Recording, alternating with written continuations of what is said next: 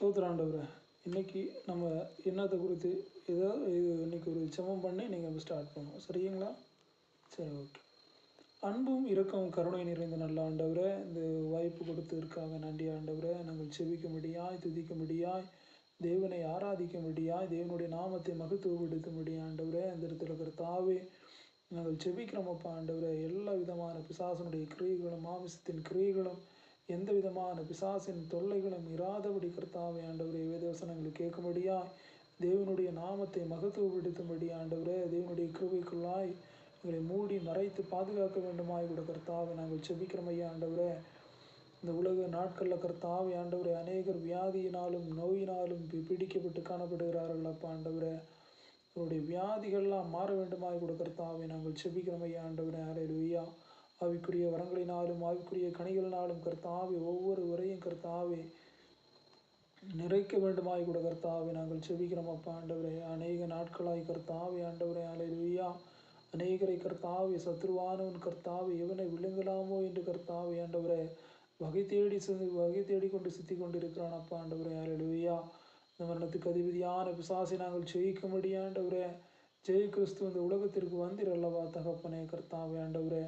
ஒவ்வொருவரையும் கர்த்தாவை தேவனை சந்திப்பீராக ஆண்டவரே. இந்த வேத வசனங்கள் சந்திக்கப்பட வேண்டுமா செபிக்கிறோம் ஐயா ஆண்டவரே.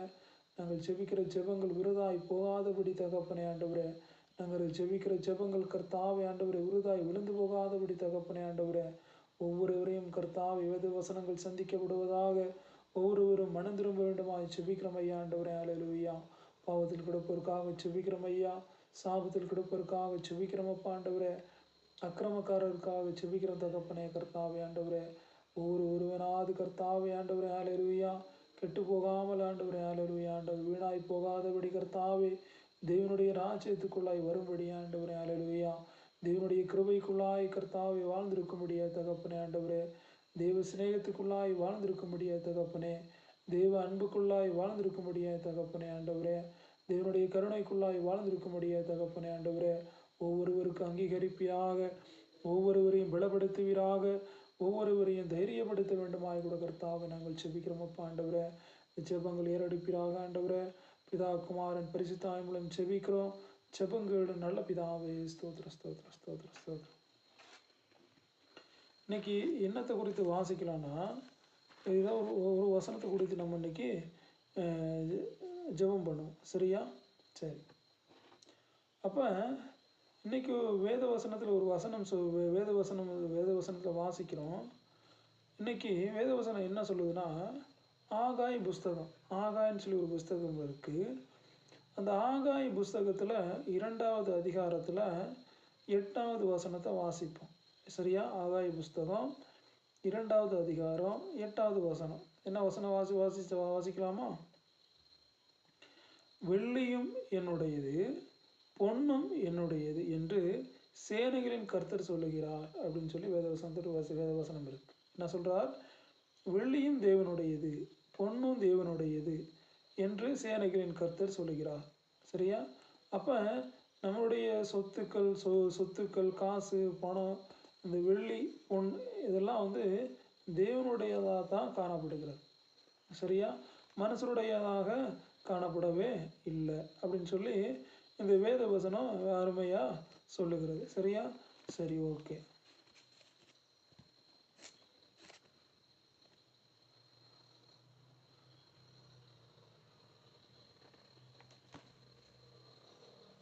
இந்த வசனம் கூட நம்ம தியானிப்போம்.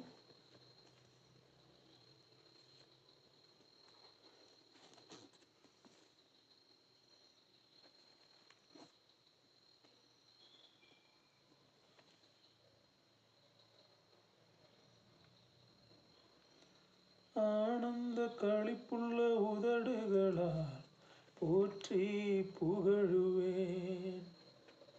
ஆனந்த களிப்புள்ள உதடுகளால் போற்றி புகழுவேன்.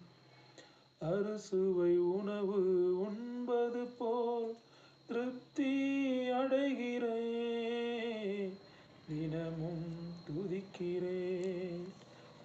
ஆனந்த களிப்புள்ள உதடுகளால் போற்றி புகழுவேன். மேலானது அன்பு, உறவிலும் மேலானது. உறவுகள் துதிக்கட்டும் ஒவ்வொரு நாளுமே, உறவுகள் துதிக்கட்டும் ஒவ்வொரு நாளுமே. ஆனந்த களிப்புள்ள உதடுகளா போற்றி புகழுவே. அறுசுவை உணவு உண்பது போல் திருப்தி அடைகிறேன், தினமும் துதிக்கிறேன். ஆனந்த களிப்புள்ள உதடுகளா போற்றி புகழுவேன்.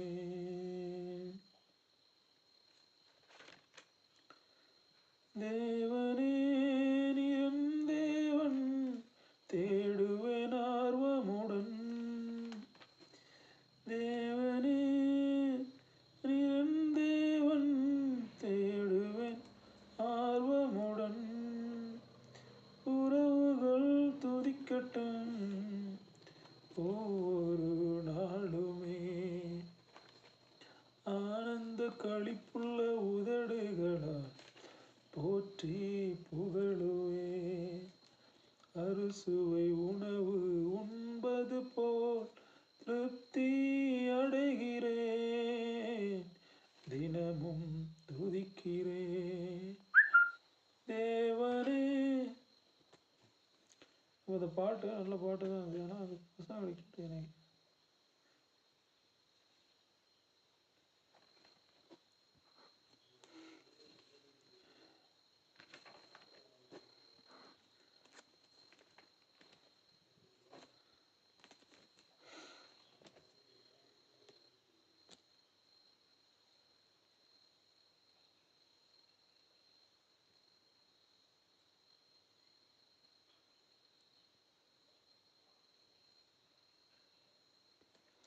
சரி ஓகே. என்ன சொல்கிறான்னா, ஒரு வசனத்தை குறித்து மத்தேயு புஸ்தகத்தில் ஒரு வசனத்தை குறித்து தியானிப்போம். என்ன சொல்கிறாருன்னா, சந்தோஷப்பட்டு களி கூறுங்கள், பரலோகத்தில் உங்கள் பலன் மிகுதியாக இருக்கும்.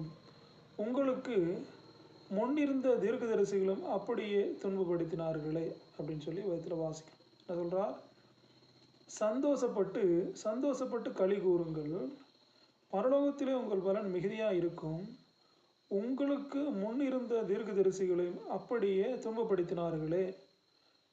நீங்கள் பூமிக்கு உப்பாக இருக்கிறீர்கள். உப்பானது சாரமற்று போனால் எதனால் சாரமாக்கப்படும்? சரியா அப்படிங்கிறார். என்ன சொல்கிறாருன்னா, என்ன சொல்லியிருக்கிறார்னா, சந்தோஷப்பட்டு களி கூறுங்கள், பரலோகத்தில் உங்கள் பலன் மிகுதியாக இருக்கும். முன்னிருந்த தீர்க்கதரிசிகளும் இப்படியே துன்பப்படுத்தினார்களே. சரியா? அப்போ தேவன் இந்த உலகத்தில் முன்னாடி நிறைய ப்ராஃபட்ஸ் நிறைய தீர்க்கதரிசிகளை இந்த பூமிக்கு அனுப்பியிருக்கிறார். எதுக்கு அனுப்பியிருக்கிறார்னா, தேவனுடைய ஊழியத்தை செய்யும்படியாக, தேவனுடைய நாமத்தை மகத்துவப்படுத்தும்படியாக, தேவனுடைய கிருபைக்குள்ளாக வளர்க்கும்படியாக நிறைய தீர்க்கதரிசிகள் இந்த பூமிக்கு அனுப்பியிருக்கிறார். ஆனால் எல்லாவற்றையும் என்ன பண்ணுறாங்க, மனுஷன் என்ன பண்ணிட்டா, எல்லாவற்றையும் நாசாக்கி எல்லாவற்றையும் தீமையான வழிகளுக்குள்ளாக நடத்த ஆரம்பிச்சிட்டாங்க. சரியா? அக்கிரமங்களுக்குள்ளாக நடத்த ஆரம்பிச்சிட்டாங்க. தீமைகளுக்குள்ளாக என்ன சொல்கிறாங்க, தீமைகளுக்குள்ளாக நடத்த ஆரம்பிச்சிட்டாங்க. அப்போ தேவனுடைய மகிமை அற்றவர்களாகி என்ன சொல்கிறார், அப்போ தீமையான வழியில் நம்ம நடந்து போகிற என்ன ஆகும்னா, தேவனுடைய மகிமை அற்றவர்களாகி நம்ம என்ன சொல்கிறது சொல்கிறாரு, என்னது, உப்பானது சாரமற்று போனால் எப்படி இருக்கும், அதுபோல் என்ன ஆயிடுவோம், சாரமற்று காணப்படுவோம். சரியா? அப்போ என்ன சொல்கிறது, சந்தோஷப்பட்டு களி கூறுங்கள், பரலோகத்தில் உங்கள் பலன் மிகுதியாக இருக்கும். அப்போ அநேகரை என்ன பண்ணுறாங்க, தீர்க்கதரிசிகள் என்ன பண்ணுறாங்க, அநேக தீர்க்கதரிசிகளை அநேக மனிதர்களை என்ன பண்ணுறாங்க, வேதனைக்குள்ளாக நடத்தக்கூடியவர்களாக காணப்படுறாங்க. சரியா? அப்போ தேவனால் தெரிந்து கொள்ளப்பட்ட மனுஷன், தேவனுடைய நாமத்துக்கென்று வாழக்கூடிய மனிதர்களை என்ன பண்ண, நீ ஒரு கனப்படுத்தக்கூடியவங்களாக, தேவனுடைய நாமத்தை மகத்துவப்படுத்தக்கூடியவங்கள ஒரு கிருபைக்குள்ளாக ஒரு சிநேகத்துக்குள்ளாக நடத்தக்கூடியவங்களாக காணப்படணும். அதுதான் என்ன சொல்றது, என்ன சொல்றாரு, தேவனுக்கு கொண்டான மகிமை அப்படின்னு சொல்றாரு. சில என்ன என்ன என்ன சொல்றாருன்னா, தேவனுடைய மனுஷங்க என்ன பண்ணணும், மகிமைப்படுத்தக்கூடியவங்களாக காணப்படணும். சரியா? அது மட்டும் கிடையாது, இன்னொரு வசனம் கூட நம்ம என்ன சொல்லி வாசிப்போம். என்ன சொல்றாருன்னா, மூத்தவன் இளையவனுக்கு ஊழியம் செய்வான் என்று அவர்களுடனே சொல்லப்பட்டது அப்படின்னு ஒரு வசனம் வாசிக்கிறோம். எந்த புஸ்தகத்தில் இருக்குன்னா, ரோமர் புஸ்தகம் 8வது அதிகாரம். இது ரோமர் புஸ்தகம் 9வது அதிகாரத்தில் 12வது வசனத்தை வாசிப்போம். மூத்தவன் இளையவனுக்கு ஊழியம் செய்வான் என்று அவளுடனே சொல்லப்பட்டது. அப்படியே யாக்கோபை சிநேகித்து ஏசாவை வெறுத்தேன் என்று எழுதியிருக்கிறது அப்படிங்கிறார். என்ன சொல்றாருன்னா, மூத்தவன் இளையவனுக்கு ஊழியம் செய்யும்படியாக. இன்னைக்கு என்ன பண்றாங்க, நம்மளுடைய வயசுக்கு மேலாக இருக்கக்கூடியவங்க என்ன பண்றாங்கன்னா, மூத்தவன் என்ன பண்றான், இளையவனுக்கு ஊழியம் செய்யும்படியாக. அப்ப என்ன பண்றதுல இன்னைக்கு மூத்தவன் இளையவனுக்கு ஊழியம் செய்யறதே கிடையாது. சரியா? அது சொல்றாரு, அப்படியே யாக்கோபை சிநேகித்து ஏசாவை வெறுத்தேன் என்று எழுதியிருக்கிறது. சரியா? அப்ப வயசுல மூத்தவங்க அப்படின்னு சொன்னா, நமக்கு வயசுல மூத்தவங்க எப்படி இருப்பாங்க, நமக்கு ஒரு ஊழியம் செய்யும்படியாக, நமக்கு ஒரு உறுதுணையா இருக்கும்படியாக, நம்மை சிநேகிக்கும்படியாக, இல்லையா? அப்ப அப்படிப்பட்டவங்க என்ன பண்றாங்கன்னா, தீமைகளுக்குள்ளாக நடத்தக்கூடியவங்களா தான் இருக்கிறாங்க, அக்கிரமங்களுக்குள்ளாக நடத்தக்கூடியவங்களா தான் இருக்கிறாங்க. உனக்கு என்னப்பா தெரியும், சின்ன பையன், உனக்கு ஒன்றுமே தெரியாது, உனக்கு வாழவும் தெரியாது, ஒன்றும் தெரியாது, உனக்கு ஒன்றுமே செய்யவே முடியாது, உனக்கு வந்துட்டு ஒரு ஊழியம் செய்ய முடியாது, ஒன்றும் செய்ய முடியாது அப்படின்னு சொல்லி ஒரு என்ன சொல்கிறாங்க, ஒரு தீமைகளுக்குள்ளாக நடத்தக்கூடியவங்களாக தான் காணப்படுறாங்க, இல்லையா? அப்போ இங்கே வேதத்தில் என்ன வாசிக்கிறோம் அப்படின்னா, இந்த ரோமர் புஸ்தகத்தில் 9ஆம் அதிகாரத்தில் 12வது வசனத்தை வாசிக்கிறோம். மூத்தவன் இளையவனுக்கு ஊழியம் செய்வான் என்று அவர்களுடனே சொல்லப்பட்டது. அப்படியே யாக்கோபை சிநேகித்து ஏசாவை வெறுத்தேன் என்று எழுதியிருக்கிறது வேத வசனத்தில். சரியா? அப்போ நம்முடைய வாழ்க்கையில் பிறருக்கு, நம்முடைய இளையவர்களுக்கு, நமக்கு கீழாக இருக்கிறவங்களுக்கு என்ன சொல்றாரு, நீ என்ன பண்ண, ஒரு ஊழியக்காரனாக இரு, ஒரு கிருபை உள்ளவனாக இரு, ஒரு கருணை உள்ளவனாக இரு, தொண்டு செய்யக்கூடியவனாக இரு. இன்னைக்கு உள்ள காரியம் என்ன பண்ணுறாங்கன்னா, பெரியவங்க என்ன பண்ணுறாங்க, எல்லாத்தையும் தட்டி பறிக்கக்கூடியவங்களா இருக்கிறாங்க, எல்லாத்தையும் வஞ்சிக்கக்கூடியவங்களா இருக்கிறாங்க, எல்லாத்தையும் ஏமாற்றக்கூடியவங்களா இருக்கிறாங்க, எல்லாத்தையும் என்ன பண்ணக்கூடிய பறிக்கக்கூடியவங்களா இருக்கிறாங்க, இல்லையா? அப்போ வேதம் என்ன சொல்லுகிறது? சரியா? அப்போ வேதத்தின் அடிப்படையில் என்ன பண்ணி வாழக்கூடியவங்களாக இருக்கணும். புதிய புதிய பசங்களுக்கு, புதிய தலைமுறைகளுக்கு, புதுசாக வாழக்கூடியவங்களுக்கு என்ன பண்ணி விட்டு கொடுக்கணும். சரியா? விட்டு கொடுத்து வாழக்கூடியவங்களா இருந்தால் தான் என்ன பண்ண முடியும், நீ வாழ முடியும். அது மட்டும் கிடையாது, வேதம் சொல்லுகிறது, எவனாவது முதன்மையானவனாக இருக்க விரும்பினால் அவன் ஊழியக்காரனாக தான் இருக்கணும். என்ன சொல்கிறாரு, எனக்கு முதன்மையான சொல்கிறாரு, ஒரு முதன்மையானவனாக இருக்கணும்னா நீ முதல்ல ஊழியக்காரனாக தான் இருக்கணும், தொண்டு தான் செய்யணும். சரியா? அது மட்டும் கிடையாது, நீ வந்துட்டு இயேசு கிறிஸ்து சொல்கிறார், தன்னை ரபி என்று அழைக்காதிருங்கள் அப்படிங்கிறார். இயேசு கிறிஸ்து வாழ்ந்த நாட்கள் அவர் சொல்லியிருக்கிறார், தன்னை யார் என்ன பண்ணாதீங்க, ரபின்னு சொல்லி கூப்பிடாதீங்க அப்படின்னு சொல்லியிருக்கிறார். ஏன் அப்படின்னா, ரபி அப்படின்னு சொன்னால் போதகரேன்னு அர்த்தம். நான் போதகனாக இருக்க விரும்பலை, உனக்கு நான் ஊழியக்காரனாக இருக்க விரும்புகிறேன் அப்படின்னு சொல்லி தேவன் சொல்லுகிறார். அப்போ இந்த நாட்கள் என்ன பண்ணும், அநேகருக்கு என்ன உதவி செய்யக்கூடியவங்களாக, சின்ன பசங்கள்கிட்ட போய் வம்பிழுக்க கூடாது.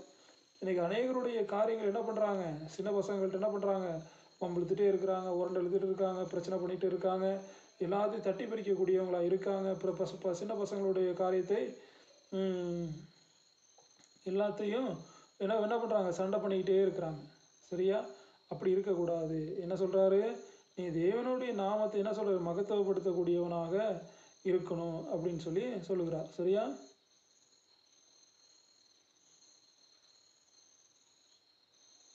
என்ன சொல்றார்? இன்னொரு வசனம் கூட ரோமர் புஸ்தகத்தில் இன்னொரு வசனம் கூட வாசிப்போம். சண்டைக்காரராக இருந்து சத்தியத்திற்கு கீழ்ப்படியாமல் அநியாயத்திற்கு கீழ்ப்படுகிறவருக்கோ உக்கிர கோபாக்கனை வரும் அப்படிங்கிறார். என்ன சொல்றார்? சண்டைக்காரராக இருந்து சத்தியத்திற்கு கீழ்ப்படியாமல், சரியா? சண்டைக்காரராக இருந்து சத்தியத்திற்கு கீழ்ப்படியாமல் அநியாயத்திற்கு கீழ்ப்படுகிறவர்களுக்கோ உக்கிர கோபாக்கனை வரும் அப்படின்னு சொல்லியிருக்கிறார். சரியா? அப்போ இன்னைக்கு என்ன பண்ணுறோம்? இன்னைக்கு சபைகளில் சண்டை போட்டுட்டு தான் இருக்கிறோம். சபைகள் எல்லா இடத்துலையும் பார்த்தீங்கன்னா சண்டை, வீட்டில் சண்டை, குடும்பத்தில் சண்டை, எல்லா இடத்துலையும் சண்டை, ரோட்டில் சண்டை, இவன் அவனை அடிக்கிறான், அவன் இவனை அடிக்கிறான், எப்படியாவது சண்டை போட்டுக்கிட்டு பிரச்சனை பண்ணிக்கிட்டு வம்பிழுத்துக்கிட்டு தான் இருக்கிறானுங்க. சரியா? எப்போ பார்த்தாலும் சண்டை, எப்போ பார்த்தாலும் பிரச்சனை, எப்போ பார்த்தாலும் வம்பு, எப்போ பார்த்தாலும் எவனை அடிக்கலாம், எவனை உதைக்கலாம், எவனை மிதிக்கலான்னு தான் இருக்கிறாங்க. ஏன் அப்படின்னா அதான் சொல்கிறாரு, சண்டைக்காரராக இருந்து சத்தியத்திற்கு கீழ்ப்படியாமல் அநியாயத்திற்கு கீழ்ப்படுகிறவருக்கோ என்ன சொல்கிறார்? தேவனுடைய கோபாக்கனை வரும். சரியா? இன்னொரு வேத வசனம் இருக்குது. சரியா? சத்தியத்தை அநியாயத்தினால என்ன பண்ணாத, அநியாயத்தினால அடக்கி வைக்காத, சத்தியத்தை நீ அநியாயத்தினால அடக்கி வைக்காத அப்படிங்கிறார். சரியா? சரியா? அப்போ சில வேத வசனங்கள் என்ன பண்ணுறாரு? சத்தியத்திற்கு என்ன பண்ண, நீ செவி கொடுக்கக்கூடியவங்களாக இருக்கணும். சரியா? அது மட்டும் கிடையாது, உணர்வு. இன்னொரு வசனம் கூட வாசிப்போம். அது மட்டும் கிடையாது, இன்னொரு ரோமர் புஸ்தகத்தில் இன்னொரு வசனம் கூட இருக்கு. உணர்வில்லாதவர்களுமாய் உடன்படிக்கைகளை மீறுகிறவர்களுமாய் சுபாவ அன்பில்லாதவர்களுமாய் இணக்கமில்லாதவர்களுமாய் என்ன சொல்கிறார்? இரக்கமில்லாதவர்களுமாய் இருக்கிறார்கள் அப்படிங்கிறார் சொல்றார். என்ன சொல்றார்? உணர்வில்லாதவர்களுமாய் அப்படிங்கிறார். அடுத்து என்ன சொல்கிறார்? உடன்படிக்கையை மீறுகிறவர்களுமாய். அடுத்து என்ன சொல்கிறார்? சுபாவ அன்பே கிடையாது. ஒருத்தனுக்கு என்ன கிடையாது? சுபாவ அன்பே கிடையாது. ரெண்டு கிறிஸ்தவன் இருக்கிறான். சரியா? ஒருத்தன் சொல்கிறான், ஒன்று நீ இருக்கணும், இந்த சபையில் நீ இருக்கணும், இல்லை கூட வேற எவனாச்சும் இருக்கணும் அப்படிங்கிறான். ரெண்டு பேரும் கிறிஸ்தவன். சரியா? ஒருத்தனுக்கு சண்டை போட்டுக்கிறாங்க. ஒருத்தனுக்கு குடிமை சண்டை போடுறான். ஒருத்தனுக்கு சண்டை போட்டுக்கிட்டு கல்லையும் கம்பையும் தூக்கி அடிச்சுக்கிறாங்க. என்ன சொல்றாரு? சுபாவ அன்பில்லாதவர்களுமாய், அடுத்து இணங்காதவர்களுமாய். சரியா? அடுத்து இரக்கமே கிடையாது. சரியா? கையில் காசு இருந்தாலும் சரி, பணம் இருந்தாலும் சரி, சொத்து இருந்தாலும் சரி, பொருள் இருந்தாலும் சரி, எல்லாமே தனக்கு. காசு இருக்கா பிரதர்? எனக்கு வேணும் பிரதர். வீடு இருக்கா? எனக்கு வேணும் பிரதர். ஒரு பொண்டாட்டிக்கு 2 பொண்டாட்டி, ஒரு காருக்கு 2 காரு, 4 மனைவி வச்சிருக்கிறான், 4 வப்பாட்டி வச்சிருக்கிறான், 4 பிள்ளைங்களை வச்சிருக்கிறான். எல்லாமே தனக்கு. பிரதர் கொஞ்சம் காசு இல்லை பிரதர், லட்சக்கணக்கில் பேங்க்கில் அக்கௌண்ட்டில் வச்சுருக்கிறானுங்க. இது சரி கேட்டால் ஒன்றுமே கிடைக்காது. அப்போ என்ன சொல்கிறாருன்னா, இரக்கமில்லாதவனாக இருக்கிறான். சரியா?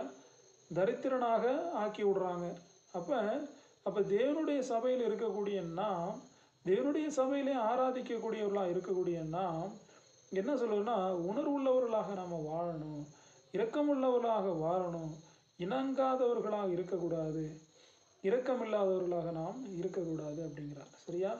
இரக்கமே இல்லை. சரியா? அது வேதத்தில் ஒரு வசனம் கூட வாசிக்கிறோம். ஒருத்தன் ரோட்டில் அடிபட்டு கிடக்கிறான். இப்போ அடிபட்டு கிடக்கிறவனை வந்துட்டு கள்ளர்கள் கையில் அடிபட்டிருக்கான். அப்போ எதில் அடிபட்டிருக்கான்? கள்ளர்கள் கையில் அடிபட்டிருக்கான். அப்போ அந்த வழியில் சமாரியனும் கடந்து போகிறான், ஆச்சாரியனும் கடந்து போகிறான், வந்துட்டு லேவியனும் கடந்து போகிறான், எல்லாமே கடந்து போகிறாங்க. அப்போ அந்த வழியாக ஒரு சமாரியன் ஒருத்தர் வருகிறார். இந்த சமாரியன் அவனை என்ன பண்ணுறான்? சத்திரத்தில் கொண்டு போய் கிடத்தி அவனை பராமரித்து அவனுக்கு தேவைகளை செய்கிறதை பார்க்கிறோம். சரியா? அப்போ இன்னைக்கு தேவன் விரும்பக்கூடிய காரியம், நீ ஊழியக்காரனுக்கு என்ன பண்ண, உணர்வு இல்லாதவனாகவோ இரக்கமில்லாதவனாக இருக்கிற நேரம் இந்த சமாரியர்களைப் போல சில பேர் என்ன பண்ணுறாங்க, காப்பாற்றக்கூடியவங்களா இருப்பாங்க. ஏன்னா சமாரியர்களுக்கு என்ன இருக்குது, ஒரு காப்பாற்றக்கூடிய ஒரு சுபாவம் இருக்குது இல்லையா. யோசேப்பை கூட பார்க்குறோம். யோசேப்பை வந்துட்டு அவங்க சகோதரர்கள் மத்தியில் பெரிய குழிக்கில் போட்டுடுறாங்க. அவங்கள கொண்டு போய் என்ன பண்ணுறான், சமாரியர்கள் தான் அவனை காப்பாற்றி சமாரியர்கள் தான் அவனை காப்பாற்றுகிறதை பார்க்கிறோம் இல்லையா. அப்போ வேதத்தின் அடிப்படையில் என்ன சொல்கிறார், சமாரியர்கள் ஒரு இரக்கம் உள்ளவர்களாகத்தான் இன்னைக்கு இருக்கிறாங்க, பார்க்கக்கூடியவங்களாகவும் இருக்கிறாங்க. சரியா. அப்போ வேதத்தில் அப்போ சில பேருக்கு நம்ம என்ன பண்ணணும், இரக்கம் பாராட்டக்கூடியவர்களாக, கருணை உள்ளவர்களாக, அன்புள்ளவர்களாக நாம் இருக்கின்ற பொழுது தான் நம்ம இந்த ஊழியத்தில் என்ன பண்ண முடியும், ஸ்தாபிக்க முடியும், பிறருக்கு நன்மை செய்ய முடியும் இல்லையா. உணர்வில்லாதவர்களாக இருக்க முடியுமா, கருணை இல்லாதவர்களாக வாழ முடியுமா, ஒருபோதும் வாழ முடியாது. சரியா. அதான் சொல்கிறார் இயேசு கிறிஸ்து, உனக்கு 2 வஸ்திரம் இருந்தால் என்ன சொல்கிறார், உனக்கு 1 வஸ்திரம் கொடுத்துரு. சரியா. உனக்கு 2 வஸ்திரம் இருந்துச்சுன்னா 1 வஸ்திரத்தை கொடுத்துரு. சரியா. அப்போ என்ன சொல்கிறாரு, உனக்கு என்ன சொல்கிறாரு, உங்கள்கிட்ட ஏதாவது ஒன்று இருக்கிறவனுக்கு என்ன பண்ணு, ஏழைகளுக்கு உதவி செய்ய, பிறருக்கு உதவி செய்யக்கூடியவனா இரு, பிறருக்கு நன்மை செய்யக்கூடியவனா இரு. பிறருடைய சொத்துக்கள்லாம் ஆட்டைய போடக்கூடாது. சரியா. பிறருடைய சொத்துக்களையும் பொருட்களையும் அனாவசியமாக திருடக்கூடாது, அனாவசியமான காரியம் செய்யக்கூடாது. அப்போ தேவனுக்கு பிரியமில்லாத காரியத்தை செய்யவே கூடாது இல்லையா. சரி.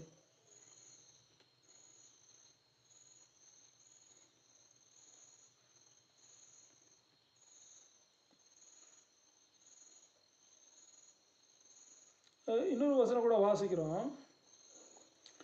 தேவனுடைய சத்தியத்தை அவர்கள் பொய்யாக மாற்றி சிருஷ்டிகரை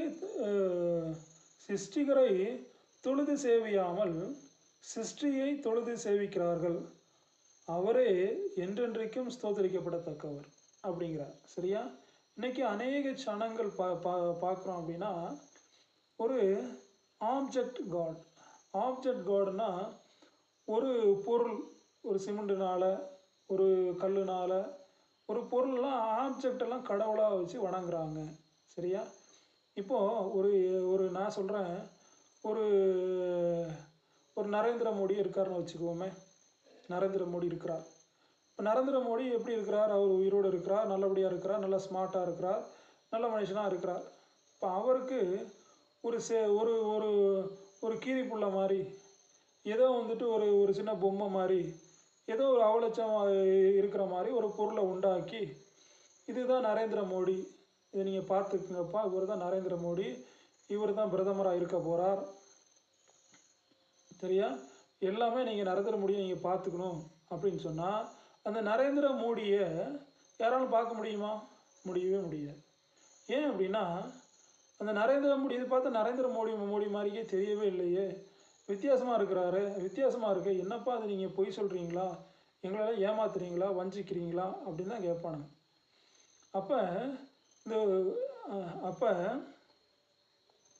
இந்த உலக பிரகாரமான ஒரு மனுஷன், ஒரு ஒரு தலைவர், அவருடைய வணக்கத்துக்குரிய சிலை கொஞ்சம் மாறி போனாலும், கொஞ்சம் வித்தியாசப்பட்டாலும் ஜனங்கள் கோவப்படுவாங்களா, பட மாட்டாங்களா, கண்டிப்பாக படுவாங்க. அதுபோல தான் கடவுள், அவருக்குன்னு ஒரு ரூபம் இருக்குது, அவருக்குன்னு ஒரு தன்மை இருக்குது, அவருக்குன்னு ஒரு நோக்கம் இருக்குது, அவருக்குன்னு ஒரு சிந்தை இருக்குது, அவருக்குன்னு ஒரு காரியம் இருக்குது, அவருக்குன்னு ஒரு எண்ணம் இருக்குது, அவருக்குன்னு ஒரு தோற்றம் இருக்குது, அவருக்குன்னு செயல்கள் இருக்குது. சரியா.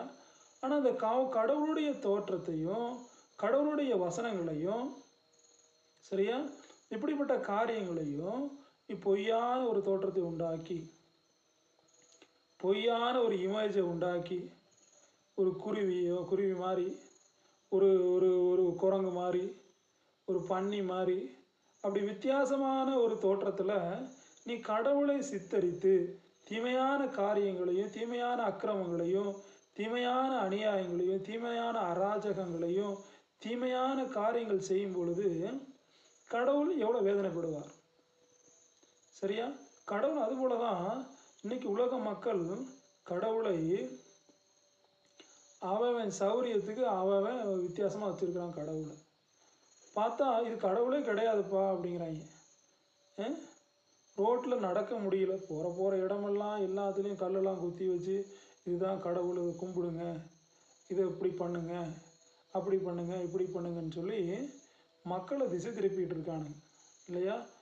அப்போ அதெல்லாம் என்ன சொல்கிறாரு, முட்டாள்தனமான நான் சொல்கிறேன் முட்டாள்தனமான காரியம்தான் இல்லையா? முட்டாள்தனமான ஒரு காரியம். ஏன் அப்படின்னா, கடவுள் அவ்வளோ பெரிய கடவுளை எப்படி வந்துட்டு நம்ம அப்படி சித்தரிக்க முடியுமா? கோவப்படுவாரா கோவப்பட மாட்டாரா? அப்போ இன்னைக்கு ஜனங்கள், அதனால தான் நிறைய ஜனங்கள் என்ன பண்ணுறாங்கன்னா அழிந்து போகிறாங்க. சரியா? இப்போ கடவுளை நீ வித்தியாசமான ஒரு தோற்றத்தில், வித்தியாசமான ஒரு ஏங்கிளில் நீ காமிச்சுன்னு வச்சுக்குவோமே, கடவுள் என்ன பண்ணுவார், அழிக்கக்கூடியவராக தான் இருப்பார். இது நான் இல்லைப்பா அப்படின்றவார். என்ன சொல்லுவார், இது நானே கிடையாது, என்னை பொய் சொல்கிறாங்க, வித்தியாசமாக ஏதோ ஒரு இமேஜெலாம் போட்டிருக்காங்க, வித்தியாசமாக ஒரு ஒரு ஒரு காரியம்லாம் செஞ்சுருக்கிறாங்க, அவருக்கு எனக்கு அது சம்மந்தமே இல்லை அப்படின்ற மாதிரி தான் சொல்லுவார். இப்போ அதனால தான் நான் என்ன சொல்ல சிம்பிளாக சொல்கிறேன் அப்படின்னா, நீ கடவுளை என்ன பண்ணாத, ஒரு வித்தியாசமான ஒரு விக்கிரகமாகவோ, இல்லை ஒரு சிலையாகவோ, ஒரு பொம்மையாகவோ, ஒரு ஆப்ஜெக்டாகவோ, ஒரு சின்ன பொருளாக வச்சு அதை வணங்குற நேரம் அது நமக்கு ஒரு கிரியாக மாறும். சரியா? ஒரு கண்ணுக்குட்டியை ஒரு கண்ணுக்குட்டியை உண்டாக்கி, அது கண்ணுக்குட்டிக்கு ஒரு டெக்கரேஷன்லாம் பண்ணி அந்த மாதிரி காரியங்கள்லாம் செய்கிறப்ப அது என்ன ஆகும்னா, நம்முடைய வாழ்க்கையில் ஒரு பிரச்சனைகளையும் ஒரு ஒரு ஒரு பெரிய ஒரு காரியத்தையும் கொண்டு வரக்கூடியதாக இருக்கும். சரியா? அப்போ தேவன் விரும்புகிறது கடவுளை கடவுளாக பார்க்கணும் அப்படின்னு தான் தேவனுடைய விருப்பம் இல்லையா? யோவான் புஸ்தகத்தில் ஒரு வசனம் வாசிக்கிறோம். சரி, அந்த வசனத்தை வாசி தான் ஆகணும்.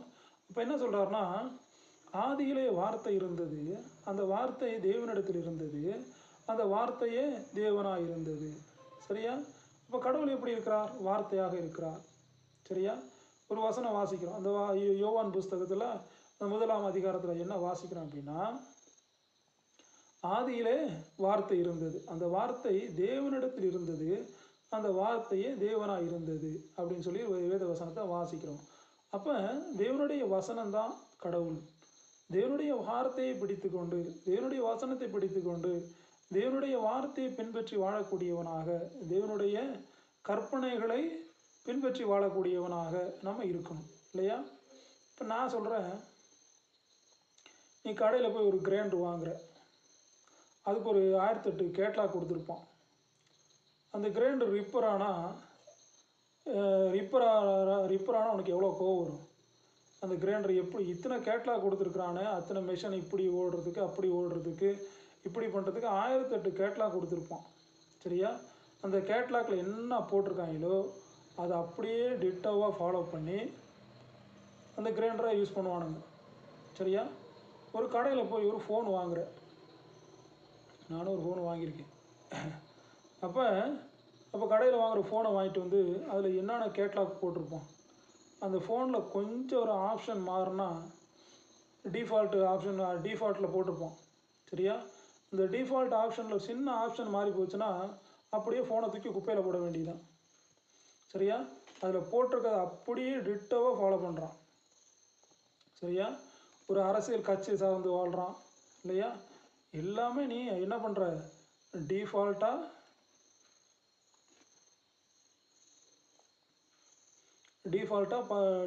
வாழ்கிற இல்லையா? அதுபோல தான் தேவன் நமக்கு சில டிஃபால்ட்டெல்லாம் நமக்கு கொடுத்துருப்பாரு. சரியா? மனுஷனை உண்டாக்கி நீ இப்படி தான் இருக்கணும், இப்படி தான் வாழணும், இப்படி தான் நடக்கணும், இப்படி தான் ஒழுக்கமாக இருக்கணும், இப்படியெல்லாம் இருக்கணும், இப்படிப்பட்டவனா கேரக்டர் இப்படி இருக்கணும், அப்படி இருக்கணும், இப்படி இருக்கணும்னு சொல்லி பெரிய கேட்லாக் கொடுத்துருக்குறாரு நமக்கு. சரியா? அந்த கேட்லாக் வச்சு தான் இப்போ நான் பேசிக்கிட்டு இருக்கேன். சரியா? அப்போ இந்த கேட்லாக்கில் உள்ளதை நீ என்ன பண்ணி ஃபாலோ பண்ணி தான் ஆகணும். மனுஷனாக இப்படி இருக்கணும், மனுஷனாக இப்படி வாழணும், இப்படி ஒழுக்கம் உள்ளவனாக இருக்கணும், தீமை செய்யக்கூடாது, அக்கிரமம் செய்யக்கூடாது, அயோக்கியத்தனம் செய்யக்கூடாது, பொய் சொல்லக்கூடாது, பிறருடைய மனைவி இச்சிக்கக்கூடாது, பிறருடைய சொத்துக்களை இச்சிக்கக்கூடாது, பிறருடைய யாதொன்றை இச்சிக்கக்கூடாது, நிலங்களை இச்சிக்கக்கூடாது, பிறரை கொடுமைப்படுத்தக்கூடாது, தீமை செய்யக்கூடாது, நன்மை செய்யணும், மனுஷன் மாதிரி இருக்கணும், ஒழுக்கமாக இருக்கணும் அப்படின்னு சொல்லி சில பேர்த்துக்கு என்ன சொல்லியிருக்கிறாரு, சில காரியங்கள் சொல்லி கொடுத்துருக்குறாரு. அப்போ அதன்படி அந்த கேட்லாக் படி நம்ம நடக்கிறதுக்கு என்ன பெரிய கஷ்டமாக என்ன? கிரைண்டர், மிக்சி, ஃபோனெல்லாம் நோண்ட தெரியுது இல்லையா? அப்போ இது உங்களுக்கு பார்க்க முடியாது. அப்போ இது என்ன பண்ணுது, இந்த கேட்லாக்லாம் படித்து என்ன பண்ணணும், இந்த கேட்லாகின் படி வாழக்கூடியவங்களாக நம்ம இருக்கணும். நல்ல சுபாவங்களையும் நல்ல கிருபைகளையும் நல்ல தாளந்துகளை உடையவர்களாக நாம் வாழணும் இல்லையா? அப்போ தான் தேவன் நம்ம இப்போ என்ன பண்ணுவார், பிரியமுள்ளவராக இருப்பார் இல்லையா? சரி,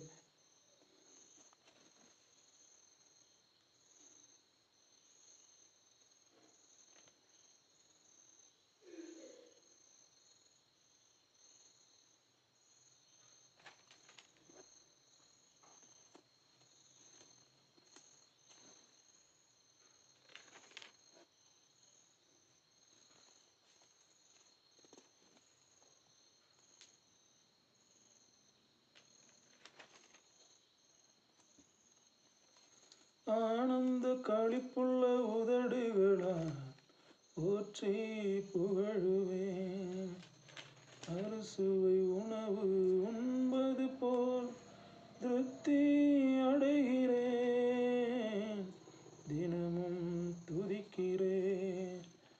ஆனந்த களிப்புள்ள உதடுகளா போற்றி புகழுவேன். தேவனே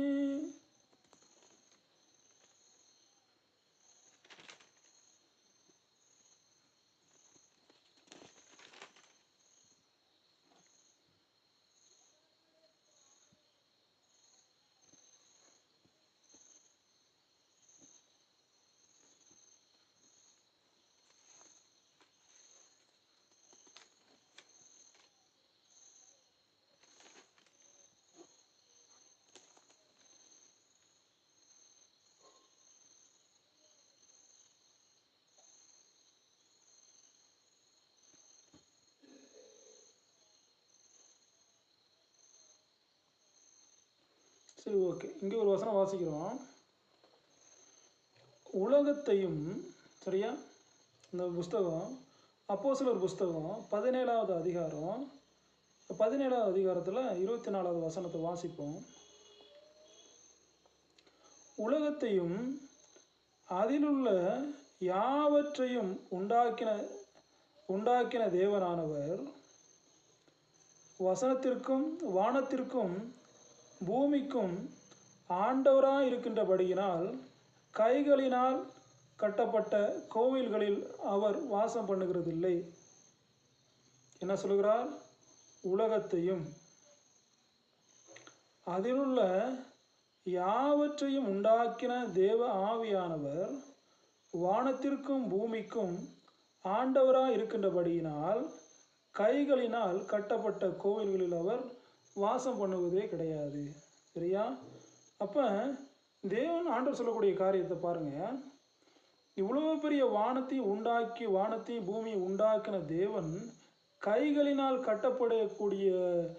கட்டப்படக்கூடிய ஆலயத்தில் அவர் வாசம் செய்வது அல்ல அப்படிங்கிறார்.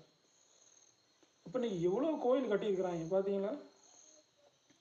இன்னைக்கு உலகத்தில் அவ்வளோ கோயில் கட்டியிருக்கிறாங்க. அவ்வளோ கோயிலும் வேஸ்ட்டு தான் அப்படின்னு நான் நினைக்கிறேன். உலகத்தில் எவ்வளோ கோயில் கட்டியிருக்காங்க. அப்போ என்ன சொல்கிறாருன்னா, உலகத்தில் அதிலுள்ள யாவற்றையும் உண்டாக்கின தேவனானவர் சொல்கிறாரு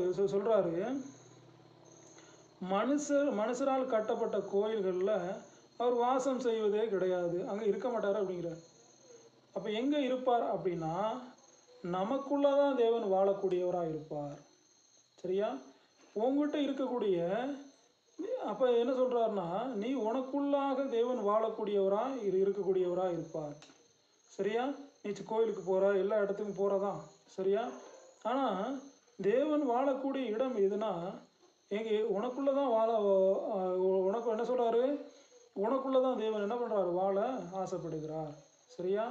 அப்போ கைகளினால்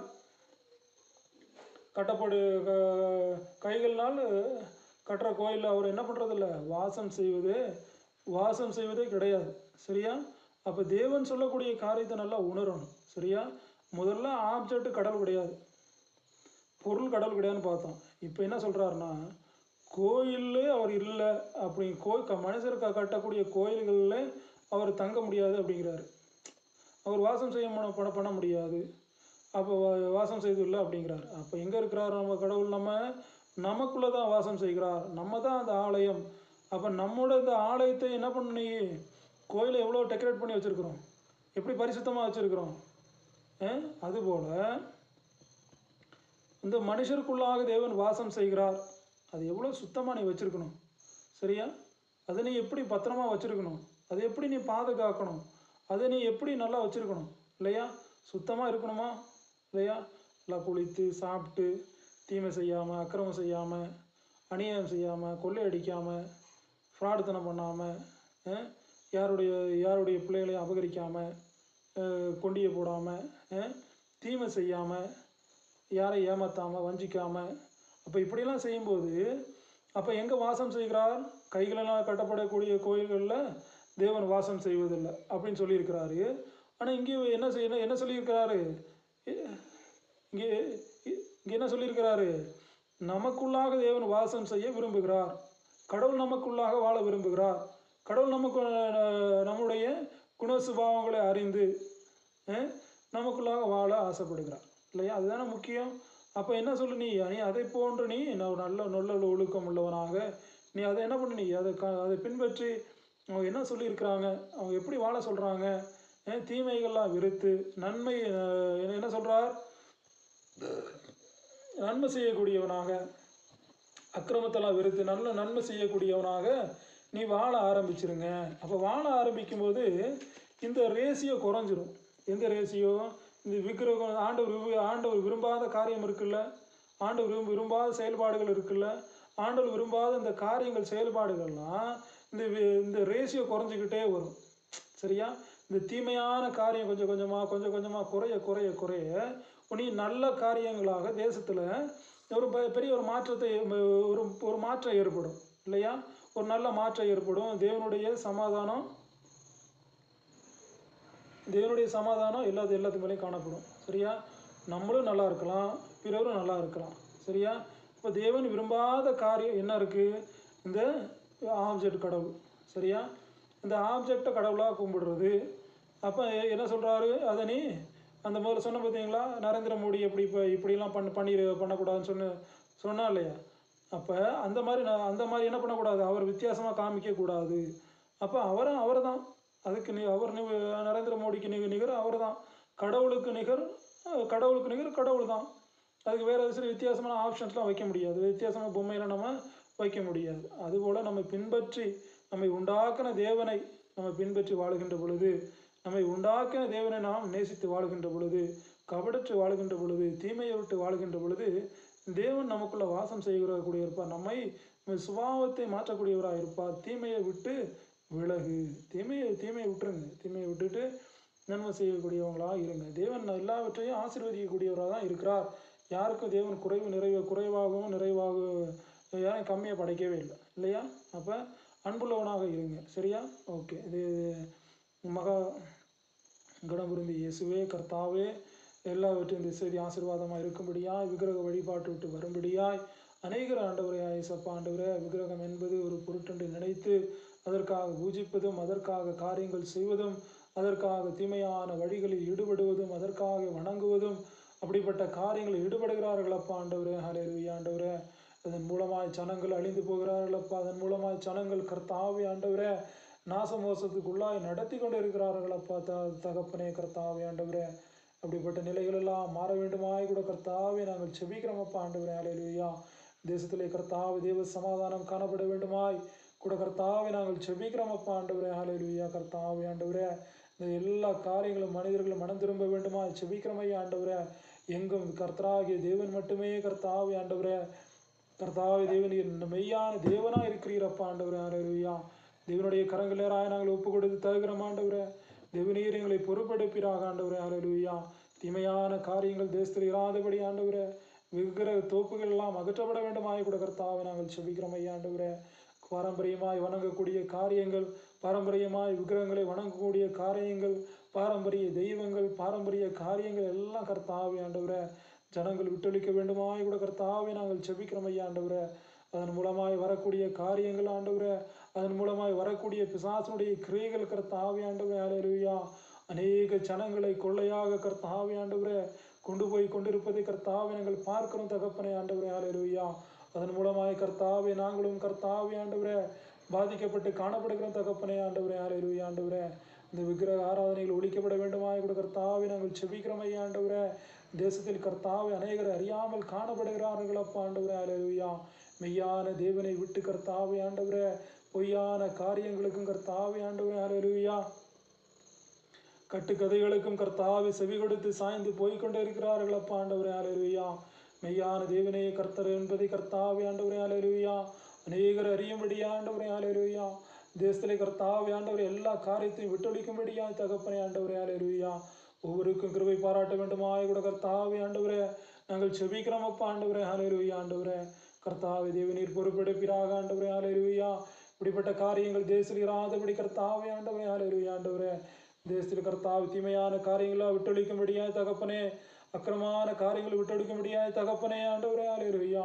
தேவநீர் பொறுப்பெடுப்பீராக, பலப்படுத்துவீராக, தெரியப்படுத்துவீராக ஆண்டவரே. சமாதானத்தின் தேவன் எங்களோடு கூட இருப்பீராக ஆண்டவரே. ஹல்லேலூயா ஆண்டவரே. ஒவ்வொரு ரட்சிக்கப்பட வேண்டுமா செபிக்கிறோம் ஐயா ஆண்டவரே. கர்த்தாவே ஆண்டவரே எல்லாம் கர்த்தாவே தேவனை அறியும்படி ஆண்டவரே. ஹல்லேலூயா. தேவனுடைய அதிகாரி கண்கள் எங்களை தயவு கிடைக்க வேண்டுமாய் நாங்கள் செபிக்கிறோம் அப்பா ஆண்டவரே. ஹல்லேலூயா ஆண்டவரே. தேச தலைவர்கள் மத்தியில் கர்த்தாவே ஆண்டவரே. ஹல்லேலூயா. ஒரு கண்கள் தயவு கிடைக்க வேண்டுமாய் நாங்கள் செபிக்கிறோம் அப்பா ஆண்டவரே. ஹல்லேலூயா. கர்த்தாவே ஆண்டவரே. ஹல்லேலூயா ஆண்டவரே. முதலமைச்சர் கர்த்தாவே ஆண்டவரே. ஹல்லேலூயா. அவருடைய கண்களில் தயவு கிடைக்க வேண்டுமாய் கூட கர்த்தாவே நாங்கள் செபிக்கிறோம் ஐயா ஆண்டவரே. கர்த்தாவே ஆண்டவரே. ஹல்லேலூயா. தேவநீர் நல்லவராக இருக்கிறீர் ஆண்டவரே. இரக்கமுள்ளவராக இருக்கிறீர் ஆண்டவரே. ஹல்லேலூயா ஆண்டவரே. உம்மால எல்லாவற்றையும் மாற்றக்கூடும் தகப்பனே. உம்மால எல்லாவற்றையும் கர்த்தாவே ஆண்டவரே. ஹல்லேலூயா ஆண்டவரே. எல்லாவற்றையும் மாற்றக்கூடும் தகப்பனே ஆண்டவரே. ஹல்லேலூயா. தேவநீர் எங்களை கண்ணோக்கி பார்ப்பீராக ஆண்டவரே. நாங்கள் படுகிற வேதனைகளை அறிந்திருக்கிறீரப்பா ஆண்டவரே. நாங்கள் படுகிற பாடுகளை அறிந்திருக்கிறீர் ஆண்டவரே. ஹல்லேலூயா. நாங்கள் படுகிற துன்பங்களை அறிந்திருக்கிறீர் ஆண்டவரே. ஹல்லேலூயா ஆண்டவரே. தேசத்தில் கர்த்தாவே ஆண்டவரே எல்லாம் ஒளிந்து போகும்படியாய் கர்த்தாவே ஆண்டவரே தேவநீர் பொறுப்பெடுங்கப்பா ஆண்டவரே. பலப்படுத்துங்க ஆண்டவரே.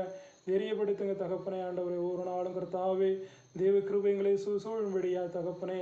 தேவநீர் கிருபை செய்வீராகப்பா ஆண்டவரே. ஸ்தோத்திரம் ஆண்டவரே. பிதா குமாரன் பரிசுத்தாவின் மூலம் செபிக்கிறோம் ஜெபங்களும் நல்ல பிதாவே. ஸ்தோத்திரம்.